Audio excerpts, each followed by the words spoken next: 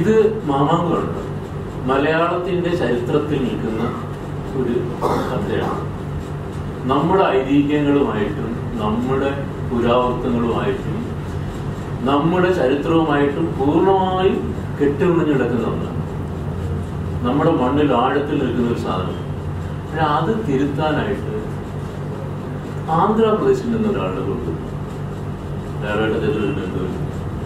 പുള്ളി വന്നിട്ട് ഈ സ്ക്രിപ്റ്റ് തിരുത്തുക. പിന്നെ വേറെ ഒരു അസോസിയേറ്റ് പുള്ളി ആന്ധ്രാപ്രദേശ് തെലുങ്കിലൊരു സിനിമയിലുള്ള ആളുടെ ഉണ്ട്. അപ്പൊ ഇവരുണ്ട് ഇവിടെ പ്രൊഡ്യൂസറുമായിട്ട് സ്ക്രിപ്റ്റ് നിരന്തരം തിരുത്തുക. ഫ്ലോ ചാർട്ടൊക്കെ വരച്ചിട്ടാണ് സ്ക്രിപ്റ്റ് തിരുത്തുന്നത്. എനിക്കാണെങ്കിൽ ഈ സ്ക്രിപ്റ്റിനെ കുറിച്ചിട്ട് പറഞ്ഞാൽ ഇതൊരു വലിയ ആഖ്യായിയുടെ എന്റെ മനസ്സിലുണ്ട്, ഞാൻ ചെയ്തിട്ടുള്ളതാണ്. അതുകൊണ്ട് തന്നെ എന്ത് തരത്തിലുള്ള സ്വാതന്ത്ര്യം എടുത്ത് ഏത് തരത്തിലുള്ള മാറ്റം വരുത്താൻ വളരെ എളുപ്പമാണ്, വളരെ അനായാസമാണ്. പക്ഷെ എന്നെ അതിൽ പ്രവേശിപ്പിക്കുന്നില്ല ചർച്ചയിൽ. നിർമ്മാതാവും ഈ ആന്ധ്രക്കാരായിട്ടുള്ള ആൾക്കാരും കൂടെ ഇരുന്ന് പിന്നെ അദ്ദേഹത്തിന്റെ സുഹൃത്തുക്കളായിട്ടുള്ള ചില ഒത്തുകാരന്മാർ കൂടെ ഇരുന്നിട്ട് ഈ സ്ക്രിപ്റ്റ് തിരുത്തുക. എനിക്കിതിനെ സഹിക്കാൻ പറ്റും.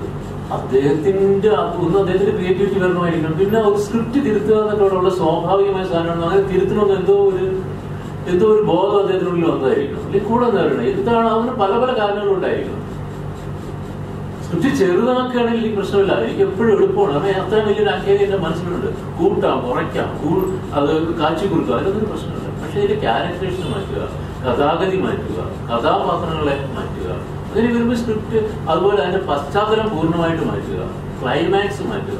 ഇങ്ങനെ വരുമ്പോൾ ഞാൻ ഉദ്ദേശിക്കുന്ന ഒരു സിനിമയല്ല രൂപപ്പെടുന്നത്.